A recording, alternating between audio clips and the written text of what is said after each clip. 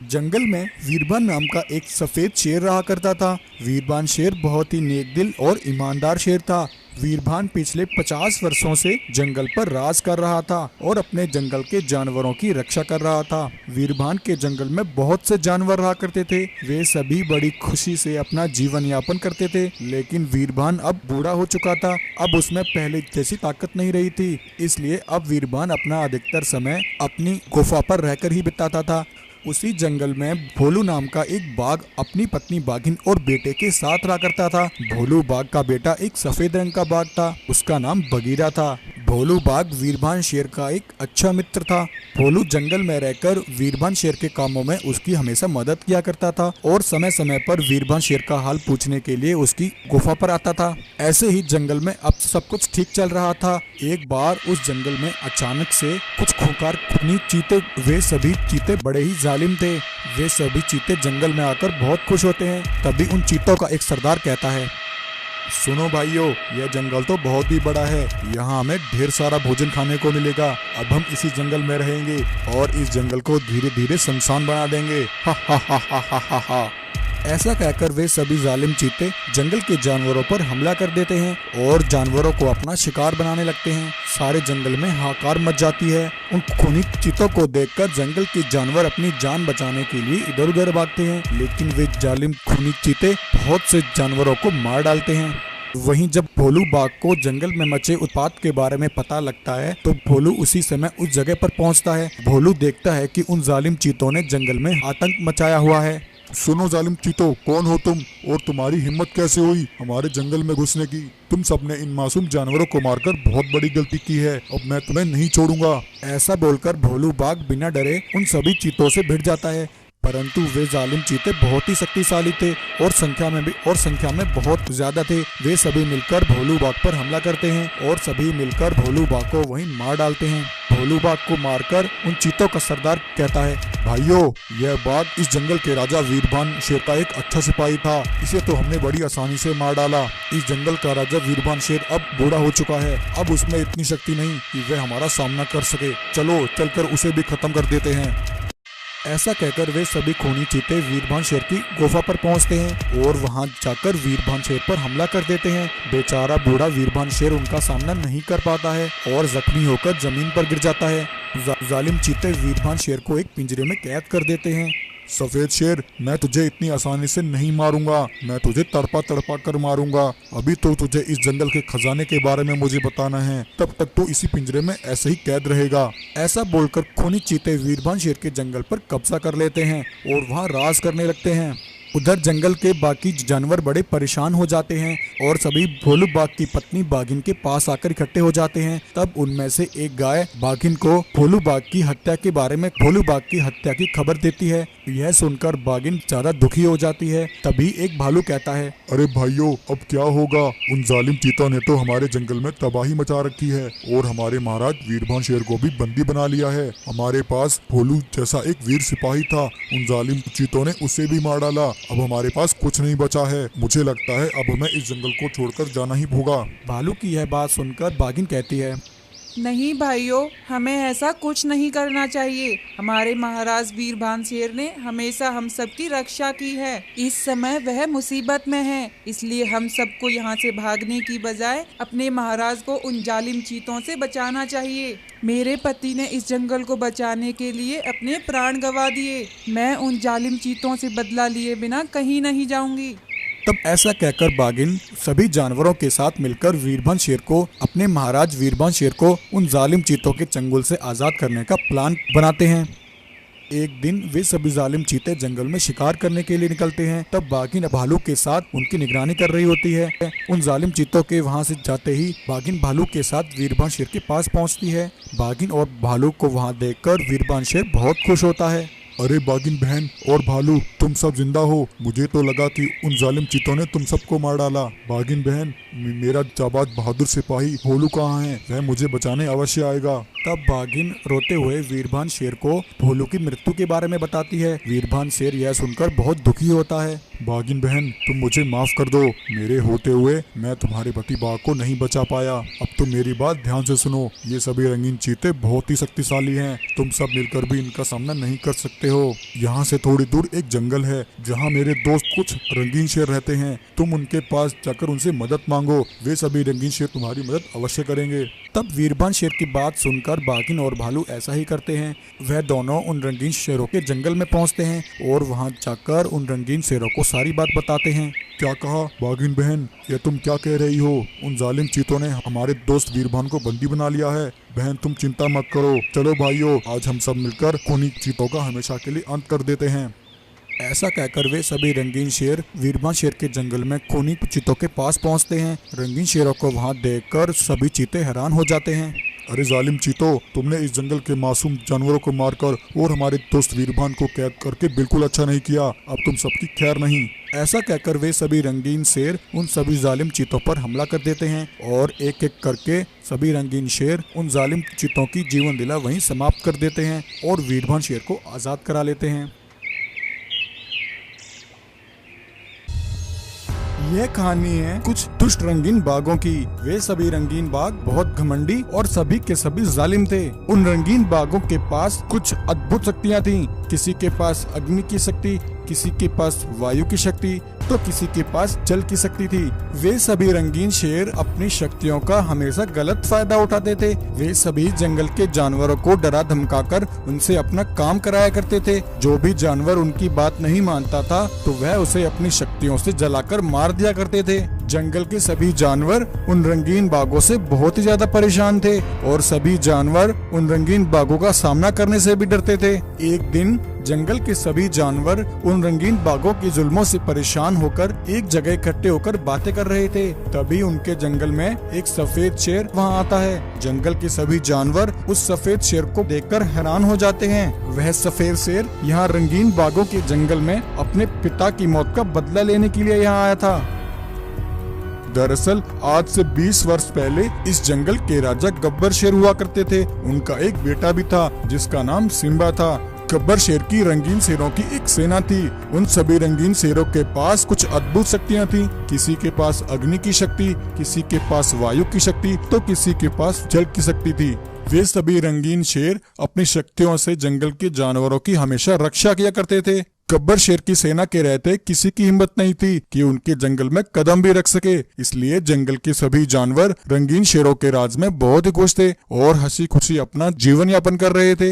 एक दिन एक भालू अपने बीमार बच्चे को लेकर रंगीन शेरों के पास आता है और कहता है, महाराज देखिए ना, मेरे बच्चे को क्या हुआ है। इसकी तबीयत अचानक से खराब हो गई है। इसने 2 दिन से कुछ भी नहीं खाया। आप कुछ कीजिए महाराज, वरना मैं अपने बच्चे को नहीं बचा पाऊंगा। तब गब्बर शेर कहता है, भालू तुम चिंता मत करो, तुम्हारा बेटा अभी बिल्कुल ठीक हो जाएगा। तब गब्बर शेर अपनी शक्तियों से भालू के बीमार बेटे को बिल्कुल स्वस्थ कर देता है। यह देखकर भालू बहुत खुश होता है, परंतु वहीं एक दुष्ट रंगीन बाघ छिपकर यह सब देख रहा होता है। अरे इन रंगीन शेरों के पास तो अद्भुत शक्तियां हैं। ये शक्तियां तो हमारे महाराज शेर खान बाघ के पास होनी चाहिए। मुझे यह बात महाराज शेर खान को बतानी होगी। तब वह रंगीन बाघ अपने महाराज शेर खान बाघ के पास जाकर उसे सारी बात बताता है। अरे वाह मेरे चेले, यह तो तुमने मुझे बहुत अच्छी खबर सुनाई है। अगर उन रंगीन शेरों की शक्तियां हमें मिल जाएं, तो हमारी सेना सबसे शक्तिशाली हो जाएगी और फिर हमारा सामना कोई नहीं कर सकता। चलो चलकर उन रंगीन शेरों से उनकी शक्तियां छीन लेते हैं और उनके जंगल पर कब्जा कर लेते हैं। यह कहकर शेर खान बाघ अपने रंगीन शेरों की सेना को लेकर रंगीन शेरों के जंगल में आ जाता है। वहां आकर रंगीन बाघ रंगीन शेरों की निगरानी करते हैं। वहीं उन सभी रंगीन शेरों की शक्तियां केवल दिन में ही काम किया करती थी। रात होते ही वे शक्तियां काम करना बंद कर देती थी। इसलिए रात होने पर वे सभी शक्तियां एक जादुई पेड़ के अंदर चली जाती थी। उस रात जब सभी रंगीन शेर अपनी शक्तियों को उस जादुई पेड़ के अंदर रख रहे थे, तभी वे सभी रंगीन बाघ रंगीन शेरों को यह करता हुआ देख रहे थे। जब सभी रंगीन शेर अपनी शक्तियों को जादुई पेड़ के अंदर रख देते हैं, तब शेर खान बाघ अपनी इस रंगीन बाघों की सेना को लेकर गब्बर शेर के पास आ जाता है और वहां आकर अपनी सेना के साथ रंगीन शेरों पर हमला कर देता है। शेर खान बाघ और उसकी सेना गब्बर शेर और उसकी रंगीन शेरों की सेना को जान से मार देती है। इस तरह उन रंगीन बाघों ने गब्बर शेर और उसकी सेना को मारने के बाद उस जादुई पेड़ पर कब्जा कर लिया था और उस जादुई पेड़ से सभी शक्तियां हासिल कर ली थीं। तो इसलिए अब सिम्बा अपने पिता की मौत का बदला लेने के लिए रंगीन बाघों के जंगल में आया था। जंगल के सभी जानवर सिम्बा को जिंदा देखकर हैरान थे।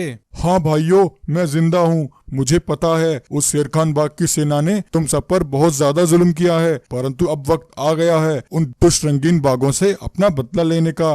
भाइयों, उन रंगीन बाघों को खत्म करने में तुम्हें मेरी मदद करनी होगी।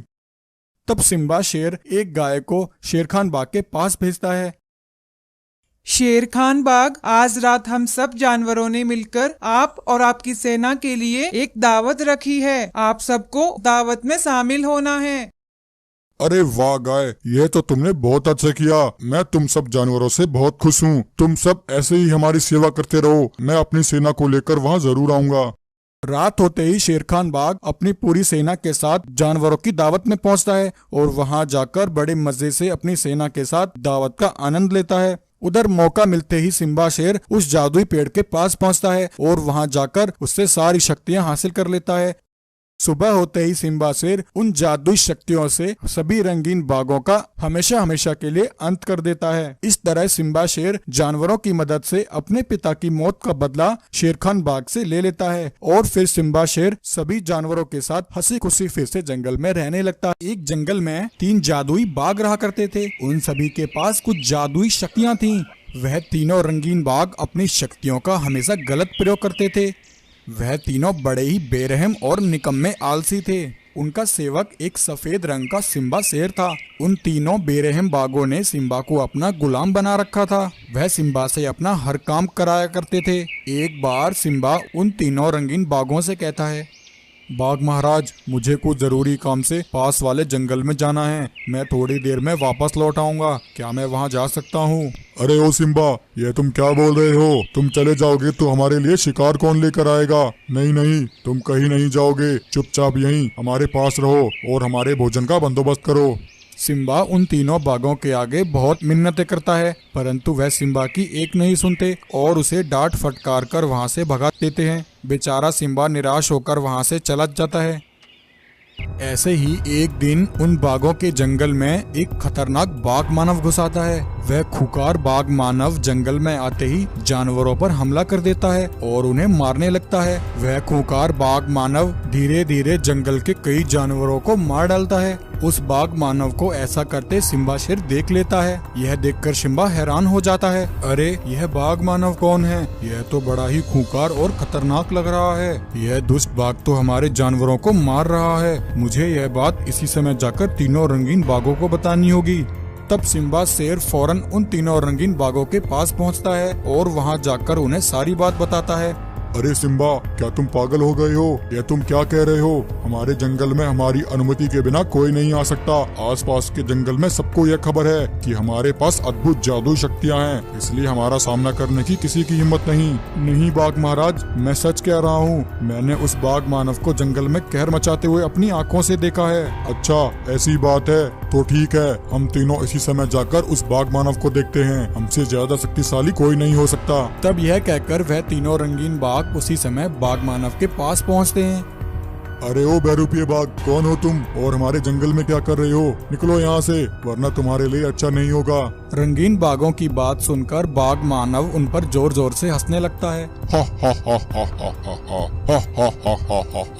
अच्छा, ऐसी बात है तो फिर आ जाओ, दिखाओ मुझे अपनी ताकत। वह तीनों रंगीन बाघ अपनी शक्तियों से बाघ मानव पर हमला करते हैं। बाघ मानव के पास भी शक्तियाँ थी। वह भी अपनी शक्तियों से बाघों पर हमला करता है, परंतु बाघ मानव उन तीनों बाघों से अधिक शक्तिशाली था।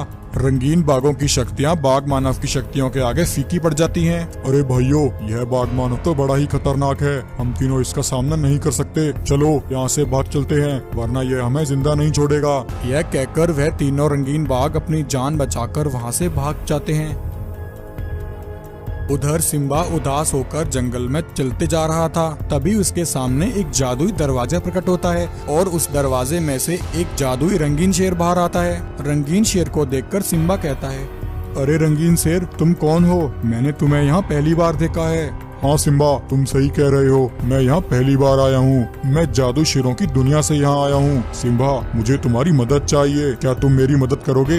हाँ रंगीन शेर, क्यों नहीं, मैं तुम्हारी मदद अवश्य करूँगा। बताओ क्या हुआ है। सिम्बा के दयालु और ईमानदार व्यवहार को देखकर रंगीन शेर बहुत खुश हो जाता है और कहता है, सिम्बा, एक दिन एक बाघ मानव हमारी जादुई दुनिया में पहुंचा और हमारे महाराज से बोला, महाराज महाराज, मैं अपने घर जाने का रास्ता भूल गया हूँ और मुझे बहुत भूख लगी है। क्या मैं कुछ समय के लिए यहाँ रह सकता हूँ? और महाराज, क्या मुझे कुछ खाने को भी मिल सकता है? तब हमारे महाराज को उस पर दया आ गई और हमारे महाराज ने उसे वहाँ रहने की अनुमति दे दी। लेकिन रात होते ही जब हमारे महाराज अपनी गुफा में सो रहे थे, तब उस दुष्ट बाघ मानव ने हमारी महाराज की जादुई मणि चुरा ली और उसे लेकर भाग गया और शक्तिशाली हो गया। और यहाँ आकर उसने तुम्हारे जंगल के बहुत से जानवरों को मार डाला। हाँ रंगीन शेर, तुम बिल्कुल सही कह रहे हो। उस बाघ मानव ने हमारे जंगल में आतंक मचा रखा है। हमारे जंगल के रंगीन बाघ भी उसका सामना नहीं कर सके और डरकर भाग गए। हाँ सिम्बा, अब तुम मेरी मदद करो। तुम्हें कैसे भी करके उस दुष्ट बाघ मानव से वह जादुई मणि छीननी होगी। मैं उस जादुई मणि को तुम्हारी दुनिया में नहीं छू सकता, इसलिए यह सब तुम्हें ही करना होगा।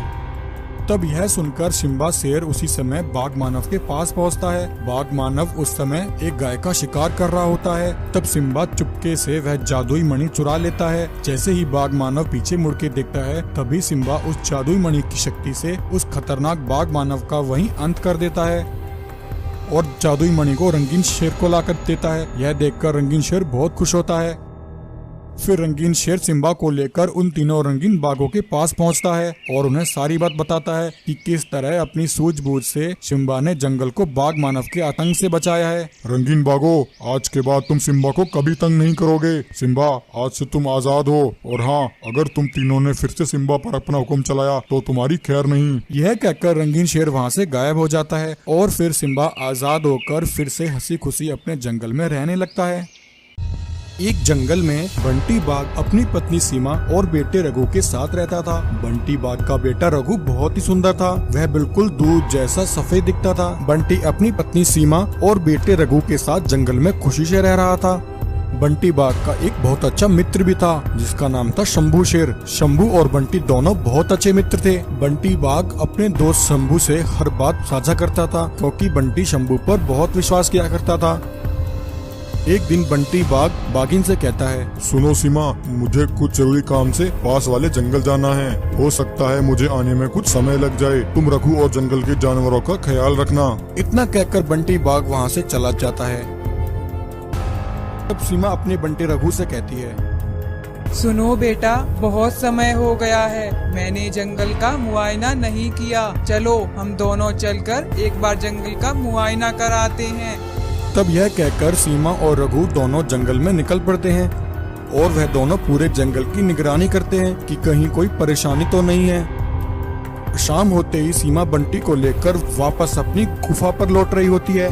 तभी अचानक कोई सीमा पर आकर हमला करता है और उसे मारकर वहां से भाग जाता है। जब रघु पीछे लौटकर देखता है तो वह अपनी माँ को मरी हुई पाता है। अपनी माँ की ऐसी हालत देखकर रघु बहुत दुखी होता है और रोने लगता है। माँ, ये तुम्हें क्या हो गया? तुम्हें किसने मार डाला? माँ, तुम मुझे ऐसे छोड़कर नहीं जा सकती।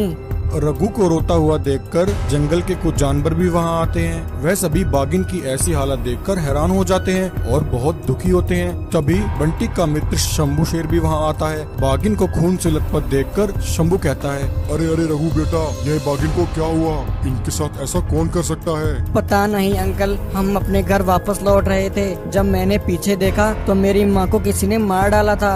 अब मेरा क्या होगा अंकल? मैं अपनी माँ के बिना कैसे रहूँगा? शंभू शेर कहता है, रघु बेटा, तुम चिंता मत करो। जिसने भी हमारी महारानी बाघिन के साथ ऐसा किया है, मैं उसे नहीं छोड़ूंगा। मैं उसे जान से मार दूंगा। ऐसा कहकर शंभू शेर बाघिन को उठाकर उसकी गुफा पर ले आता है। वहीं जब बंटी बाघ को यह खबर मिलती है तो वह उसी समय जंगल वापस लौट आता है। बाघिन को खून से लथपथ देखकर बंटी बाघ बहुत दुखी होता है। अरे बाघिन, ये तुम्हें क्या हो गया? तुम हमें छोड़कर कैसे चली गयी? आखिर तुम्हारे साथ ऐसा कौन कर सकता है? तब बंटी बाघ सभी जानवरों को इकट्ठा करता है। सभी मेरी बात ध्यान से सुनो। जिसने भी बाघिन को मारा है मैं उसे नहीं छोड़ूंगा। शंभू मेरे दोस्त, बाघिन को मारने वाला हत्यारा जो कोई भी है उसका पता लगाना तुम्हारी जिम्मेदारी है। हाँ बंटी, तुम चिंता मत करो, मैं उस हत्यारे का पता जल्दी लगा लूंगा। फिर उस दिन से बंटी बाघ अपने बेटे रघु के साथ अकेले ही रहने लगता है। तब एक दिन बंटी शंभू और अपने बेटे रघु को लेकर जंगल में घूम रहा होता है। अभी कुछ दूर चलकर बंटी बाघ शंभू से कहता है, शंभू दोस्त, मुझे कुछ जरूरी काम याद आ गया है, मैं अभी आता हूँ, तुम रघु को लेकर गुफा पर पहुँचो। तब शंभू रघु को लेकर निकल पड़ता है। कुछ दूर चलकर शंभू शेर रुककर रघु से कहता है, रघु बेटा, क्या तुम्हें पता है तुम्हारी अम्मा को किसने मारा है? नहीं अंकल, मुझे नहीं पता। क्या तुम्हें पता है मेरी माँ को किसने मारा है? हाँ मुझे पता है बाघिन को किसने मारा है। जब तुम अपनी माँ के साथ जंगल से वापस लौट रहे थे तब मैंने ही पीछे से आकर बाघिन पर हमला करके उसे जान से मार डाला था। यह सुनकर रघु बिल्कुल दंग रह जाता है। रघु, अब तुम्हारी भी तुम्हारी माँ के पास जाने की बारी आ गई है। तुम्हें मारने के बाद मैं तुम्हारे पिता बंटी बाघ को भी जान से मार दूंगा और फिर इस जंगल पर सिर्फ मेरा ही राज होगा। अब तुम मरने के लिए तैयार हो जाओ। वहीं बंटी बाघ छिपकर शंभू की ये सारी बातें सुन रहा होता है। बंटी बाघ तेजी से भागता हुआ शंभू के पास आता है। अरे शंभू, तू तो बहुत बड़ा गद्दार निकला। मैंने तुझे अपना मित्र समझा परंतु तूने मेरे साथ धोखा किया और धोखे से मेरी पत्नी को मार डाला।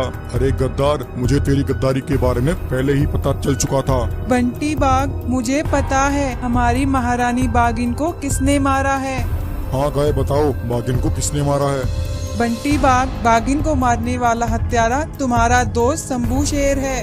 गाय, ये तुम क्या कह रही हो? शंभू मेरा दोस्त है, वह ऐसा कैसे कर सकता है? हाँ बंटी बाघ, मैं बिल्कुल सही कह रही हूँ। मैंने खुद अपनी आँखों से शंभू शेर को बाघिन को मारते हुए देखा है। अच्छा गाय, अगर ऐसी बात है तो मुझे इस बात का पता लगाना होगा। धोखेबाज शेर, आज तुम्हारी गद्दारी साबित हो गई कि तुमने ही बाघिन को मारा है। अब तुझे मेरे हाथों से कोई नहीं बचा सकता। तब यह कहकर बंटी बाघ शंभू पर हमला करता है और उसे एक ही वार से जान से मार देता है। इस तरह बंटी बाघ अपनी पत्नी के हत्यारे शंभू शेर को मारकर उसे बाघिन का बदला ले लेता है। बहुत समय पहले की बात है। सुंदरवन जंगल में सीमा नाम की एक सफेद शेरनी रहा करती थी। सीमा का एक बेटा भी था जिसका नाम वीरू था। वीरू भी अपनी माँ की तरह दूध जैसा सुंदर सफेद शेर था। वीरू की पिता की मृत्यु के बाद सीमा अकेले ही अपने बेटे का पालन पोषण कर रही थी और जंगल के सभी जानवरों के साथ मिलकर जंगल को संभाल रही थी। उसी जंगल में सीमा शेरनी की सहेली रीना शेरनी भी रहती थी। रीना शेरनी सीमा की बहुत अच्छी सहेली थी। वह दोनों साथ ही बड़ी हुई थी। उन दोनों में आपस में बड़ा ही प्रेम था। सीमा जब भी शिकार करने के लिए निकलती तो पीछे से रीना शेरनी उसके बेटे वीरू का ख्याल रखती थी और शिकार करने के बाद वह तीनों एक साथ भोजन किया करते थे। ऐसे ही एक दिन उस जंगल में अचानक से एक खतरनाक कालिया शेर घुस आता है। जब कालिया शेर सीमा शेरनी को देखता है तो वह उसकी सुंदरता को देखकर उस पर मोहित हो जाता है और कहता है, अच्छा तो यही है वह सुंदर सफेद शेरनी और इस जंगल की महारानी। इसका यह जंगल तो बहुत ही बड़ा है और यहाँ हट्टे कट्टे मोटे जानवर भी हैं। अगर मैं इस शेरनी से शादी कर लूँ तो फिर यह जंगल मेरा हो जाएगा और मैं यहाँ का राजा बन जाऊंगा। फिर मैं मजे से इन हट्टे कट्टे मोटे जानवरों का शिकार करूँगा। ऐसा सोचकर कालिया शेर अगले ही दिन सीमा शेरनी के पास आता है और सीमा से कहता है, सीमा शेरनी, मैं पास वाले जंगल से आया हूँ। मैंने तुम्हारी बहादुरी के बहुत किस्से सुने हैं, इसलिए मैं तुम्हारे पास शादी का प्रस्ताव लेकर आया हूँ। दरअसल बात यह है सीमा शेरनी, मैंने जब से तुम्हें देखा है मैं तुम पर मोहित हो गया हूँ और तुम्हें पसंद करने लगा हूँ और तुमसे शादी करना चाहता हूँ। मैं तुम्हारे बेटे को अपने बेटे की तरह पालूंगा और तुम्हारे जंगल के जानवरों की रक्षा करूंगा। सीमा शेरनी कालिया शेर की यह बात सुनकर खुश हो जाती है और वह उसके प्रस्ताव को स्वीकार कर लेती है। फिर कालिया शेर सीमा शेरनी से शादी कर लेता है और फिर वह एक साथ रहने लगते हैं। परंतु यह सब तो उस कालिया शेर का एक प्लान था। उसने यह सब जंगल का राजा बनने के लिए किया था। राजा बनने के बाद कालिया शेर जंगल के जानवरों का शिकार करने लगा। जब सीमा शेरनी को यह बात पता लगी किसी शिकारी ने जंगल के कई जानवरों को मार डाला है तो यह सुनकर वह बहुत दुखी होती है और कहती है, कालिया शेर, तुमने तो कहा था कि तुम मेरे जंगल की रक्षा करोगे, परंतु यह सब मैं क्या सुन रही हूँ। वह हत्यारा जो कोई भी है तुम जल्दी से उसका पता लगाओ। हाँ शेरनी, मेरे होते हुए तुम्हें डरने की कोई जरूरत नहीं है। अगर मैं जंगल के जानवरों की रक्षा नहीं कर सकता तो मेरा जंगल का राजा होने का कोई मतलब नहीं है। जिसने भी यह किया है मैं उसे नहीं छोड़ूंगा, मैं उसे जान से मार दूंगा। यह कहकर कालिया शेर मन ही मन खुश होता है, क्योंकि यह सब तो उसी का किया था। अगले दिन कालिया शेर फिर से जानवरों का शिकार कर रहा होता है। उस दिन उसे शिकार करते हुए सीमा शेरनी देख लेती है। यह देखकर सीमा शेरनी हैरान हो जाती है और उसे बहुत दुख होता है। तब सीमा शेरनी अगले दिन कालिया शेर को अपने पास बुलाती है और कहती है, दुष्ट हत्यारे, मुझे सब पता चल चुका है। जंगल के जानवरों को मारने वाला शिकारी तू ही है। तूने मेरे साथ धोखा किया है। तूने यह सब इस जंगल का राजा बनने के लिए किया है। सीमा की बात सुनकर कालिया शेर जोर जोर से हंसने लगता है। हा हा हा हा हा हा हा हा हा हा हा हा हा। अच्छा सीमा शेरनी, अगर तुझे सब कुछ पता चल ही चुका है तो तेरा अब जीवित रहने का कोई मतलब नहीं। इतना कहकर कालिया शेर सीमा शेरनी पर हमला करता है और उसे जान से मार देता है। वहीं सीमा की सहेली रीना शेरनी वीरू के साथ खड़ी है सब देख रही होती है, क्योंकि सीमा शेरनी ने रीना को सारी बात पहले ही बता दी थी। रीना बहन, मेरे साथ धोखा हुआ है। उस दुष्ट कालिया शेर ने मेरे साथ धोखे से विवाह किया है। उसने यह सब राजा बनने के लिए किया है। उसने यह सब इस जंगल का राजा बनने के लिए किया है। रीना बहन, तुम मेरी बात ध्यान से सुनो। अगर कालिया शेर को यह पता लगा कि मुझे उसके बारे में सब पता चल चुका है तो हो सकता है कि वह मुझे जीवित ना छोड़े। तब तुम मेरे बेटे वीरू को लेकर यहाँ से चली जाना, क्योंकि वह दुष्ट कालिया शेर मेरे बच्चे को नहीं छोड़ेगा।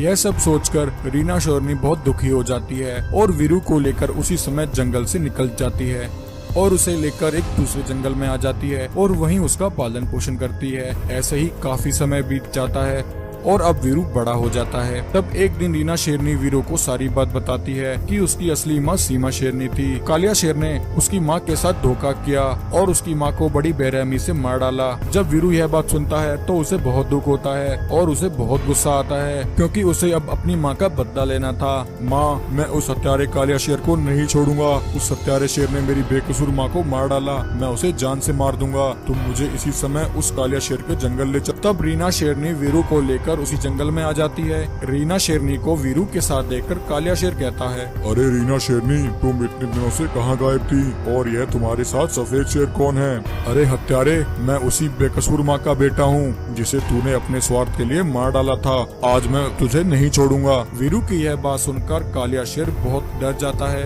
तब वीरू उस कालिया शेर पर हमला करता है और उसे एक ही हमले से जान से मार देता है। इस प्रकार कालिया शेर को मारकर वीरू शेर उससे अपनी माँ का बदला ले लेता है और फिर उस जंगल का राजा एक बार एक शेरनी घबराई हुई अपने बच्चे को लेकर भाग रही होती है, क्योंकि शेरनी के पीछे दो बड़े ही खतरनाक बाघ पड़े होते हैं। शेरनी भागते हुए एक नदी किनारे आ जाती है। वह बहुत ज्यादा घबराई हुई थी। शेरनी अपने बच्चे को बचाने के लिए उसे एक टोकरी में रखकर नदी में बहा देती है, परंतु वहीं वह दोनों बाघ शेरनी को घेर लेते हैं और उस पर हमला करके उसे जान से मार डालते हैं। वहीं जंगल के कुछ जानवर नदी किनारे पानी पीने आए होते हैं। वह उन बाघों को ऐसा करता देख लेते हैं। शेरनी को मारने के बाद वह दोनों बाघ वहां से चले जाते हैं। वहीं जंगल के जानवरों को एक नन्हा सफेद शेर एक टोकरी में तैरता हुआ दिखाई देता है। गाय और भालू उस बच्चे को पानी से बाहर निकालते हैं। हे भगवान, यह इतने मासूम बच्चे को किसने पानी में फेंक दिया? गाय, मुझे तो लगता है यह उस शेरनी का बच्चा है। इसकी माँ ने इसे बचाने के लिए इसे पानी में छोड़ा होगा। हाँ भालू, उस बेचारी शेरनी ने अपने बच्चे को बचाने के लिए अपने प्राण गंवा दिए। परंतु गाय, अब हम इस बच्चे का क्या करें? भालू, मैं इस बच्चे को यहाँ अकेला नहीं छोड़ सकती। मैं इस बच्चे को पालूंगी। आज से मैं इसकी माँ हूँ। बेटा, आज से तुम मेरे साथ रहोगे। ऐसा कहकर गाय उस सफेद शेर को अपने घर ले आती है और उसका अच्छे से पालन पोषण करने लगती है। गाय उसका नाम सिम्बा रखती है। ऐसे ही काफी समय बीत जाता है और सिम्बा अब काफी बड़ा हो जाता है। वहीं एक दिन वह गाय बड़ी तेजी से भाग रही होती है। उसके पीछे वह दोनों लालची बाघ पड़े होते हैं। गाय बहुत ज्यादा घबराई हुई होती है। वह दोनों बाघ थोड़ी दूर तक गाय का पीछा करते हैं और फिर वहीं रुक जाते हैं। छोड़ो भाई, आज नहीं तो कल हम इस गाय और इस जंगल के सभी जानवरों का शिकार कर लेंगे और फिर इस जंगल पर हम दोनों ही राज करेंगे। उधर गाय भागकर अपनी गुफा में आ जाती है। गाय को इस हालत में देखकर भालू कहता है, अरे गाय, क्या हुआ? तुम इतनी घबराई हुई क्यों हो? भालू, आज मेरी जान बड़ी मुश्किल से बची है। आज मैंने उन दोनों लालची बाघों को अपने जंगल में देखा। उन दोनों बाघों ने मुझे अपना शिकार बनाने की कोशिश की, परंतु थोड़ी दूर पीछा करने के बाद वह दोनों वहीं रुक गए। गाय, यह तुम क्या कह रही हो? यह दोनों तो वही लालची आदमखोर बाघ हैं जिसने सिम्बा की माँ को मारा था। हाँ भालू, मुझे बहुत डर लग रहा है, कहीं वह दोनों मेरे बेटे सिम्बा को भी न मार दें। गाय, मेरे ख्याल से हमें सिम्बा को यह बात बता देनी चाहिए। नहीं भालू, तुम सिम्बा से इस बारे में कुछ मत कहना। वह दोनों लालची बाघ बड़े ही खतरनाक हैं। मैं सिम्बा को नहीं खोना चाहती।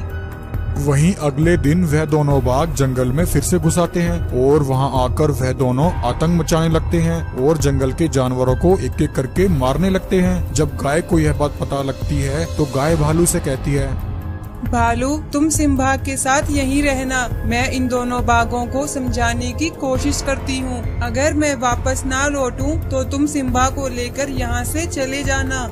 यह कहकर गाय वहाँ से तेजी से निकलती है। वहीं जब सिम्बा को अपनी माँ कहीं नहीं दिखती तो वह बहुत ज्यादा परेशान हो जाता है और भालू से कहता है, भालू काका, माँ कहाँ है? वह मुझे कहीं नहीं दिख रही, वह कहाँ गई है? सिम्बा की बात सुनकर भालू चुपचाप खड़ा रहता है क्योंकि वह बड़ा ही दुखी था।